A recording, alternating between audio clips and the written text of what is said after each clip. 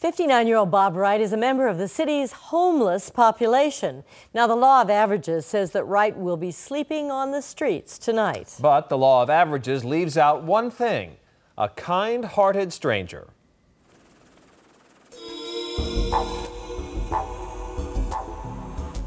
Early each morning, Bob Wright rises with the sun and heads to his spot in front of the Park Street Church. There, he tells stories of his past. We got shuffled off to orphanages. Some of them really bad. He talks about his many jobs. I like the cattle ranching because it was so hard. It kept you working, fit, outdoors all the time, and I have to be outdoors. Slate roofs, a lot of Brookline, a lot of Wellesley, Wayland, churches in Wellesley. But first, the roofing business shut down. Then his home went up in flames. Bob Wright's life spiraled out of control. I was gone. My brain was tutti frutti after the fire.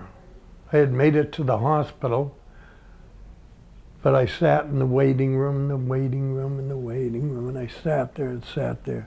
And after that, it is a good solid blur. For the last 15 years, Bob Wright made the streets his home. Well, there were so many horrible nights. You know, cold, rain. Good place was under the Big Dig when they were doing that project. So that's a lot of years. And I did time under there. I mean, when you're dumpster diving for food, if you're lucky, you'll find a good dumpster, and if you're not, well, you know. But once again, common sense comes into issue here.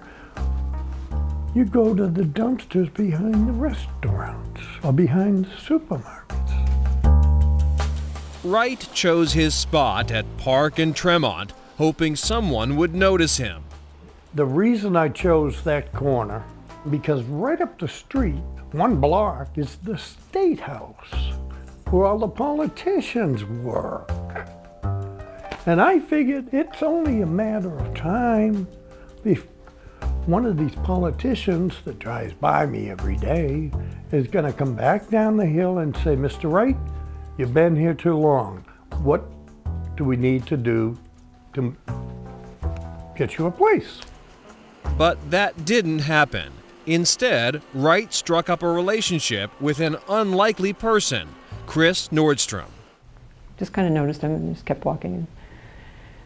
And that was the first time that I saw him, and I probably walked by for several days, and then I saw the sign when on one of my visits, I saw the sign that said, "Smile, it's the law." I noticed her, but she didn't talk to me or stop and recognize my existence. And I'd watch her go up the sidewalk. And one day she turned around and came back. Nordstrom was motivated by a sermon her pastor had given the week before. He said, "You can't get into heaven without a note from the poor," and how we're in relationship with each other. And it's not just flipping some coins into a paper cup. You know, if we're really intended to be neighbors, what does that mean for me? How do I act? What do I do? Nordstrom took her pastor's words to heart. When it became apparent Wright wasn't eating, Nordstrom began bringing him gift cards. If you want to help the poor, if you don't want to give them money because you think it's going to go to buy cigarettes or alcohol or drugs or whatever, the best thing to do is to give them a gift card to a supermarket. Despite the differences between them, Nordstrom and Wright became close friends. Then, one winter, when the weather dipped into the teens, Wright stopped appearing at his corner. Nordstrom became worried. It was horrible. Horrible coming home to this wonderful home that I have, and thinking that he's out there. Where is he? And he would, he would save up some some of his collections, and you know, sometimes find a room, and so I never knew if he was in a warm place or not. When Wright was still not on his corner, Chris called Boston civil rights lawyer Jonathan Margolis, who had also befriended Wright, to see if he knew where Wright was. There were days when, you know, cold nights when I would really worry, and if I didn't see him for a few days, you'd get quite concerned. For days, Margolis and Nordstrom talked to and emailed each other, but they couldn't locate their friend. They both agreed they needed to do something to help him, but first, they needed to find him. And they were really worried at this point that something could be seriously wrong. Still to come, putting the word out to find Bill. Up next, the search for Bob Wright. So we return now to the story of Bob Wright, the homeless man befriended by Chris Nordstrom and Jonathan Margolis. When Wright disappears from his usual spot outside Park Street Church, an anxious Nordstrom and Margolis search the city and track him down. He was in and out of the hospital. Jonathan Margolis and I were kind of keeping tabs on him, and he would finally show up in a hospital and get word to one of us that he was there at Mass General. And so Jonathan and I were talking about how it's time. This man is very sick. And so we talked about it that summer, about getting the housing applications for Hearth. And we kind of encouraged each other to do it. And he did the heavy lifting.